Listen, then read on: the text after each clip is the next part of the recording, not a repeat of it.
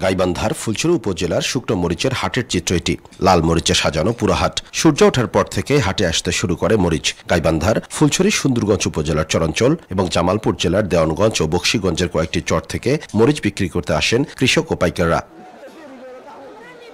সপ্তাহে শনি ও মঙ্গলবার বসে হাট। আগের রাত থেকে চাষিরা হাটে আসতে শুরু করেন মরিচের বহন নিয়ে। বেলা বাড়ার সঙ্গে সঙ্গে বেচাকেনার হাটটাকে বেড়ে যায় ক্রেতা ও বিক্রেতার ব্যস্ততা। বস্তা বোঝাই করে সরবরাহ করা হয় রাজধানী সহ দেশের বিভিন্ন জেলায়। গত বছর থেকে এবার মরিচের দাম সমত অনেক। ওয়ালটন ফ্রিজ কিনে অনেকের মতো আপনিও হয়ে যেতে পারেন মিলেনিয়াল।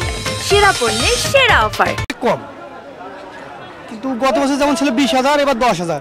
গত বছর লাভ হয়নি, এবার লাভবান হইতে পারে।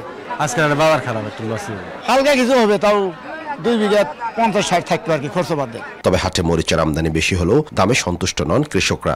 গতবার তাও 17,000 18,000 করে বেচা ছিল, কিছু লাভ টিকছিল, এবার লস দাঁড়াবো। যে অনুযায়ী খরচ হয়েছে অনুযায়ী দাম পাইনি। দেশের নামি দামি কয়েকটি প্রতিষ্ঠানের প্রতিনিধি ও ডিলাররা এসে মরিচ কিনে নিয়ে যান এখান থেকে। কেনার জন্য চেনেন ব্যাপারী। গতবার সে মরিচের দাম এবার কম আছে, এবার ব্যবসা করে আমরা লাভজনকই হচ্ছি। চাষিদের নাগালের ভিতর উভয় পক্ষে যাতে লাভবান হয় এইটা দেখে এবং সঠিক মানের মরিচ কেনার চেষ্টা করি আমরা।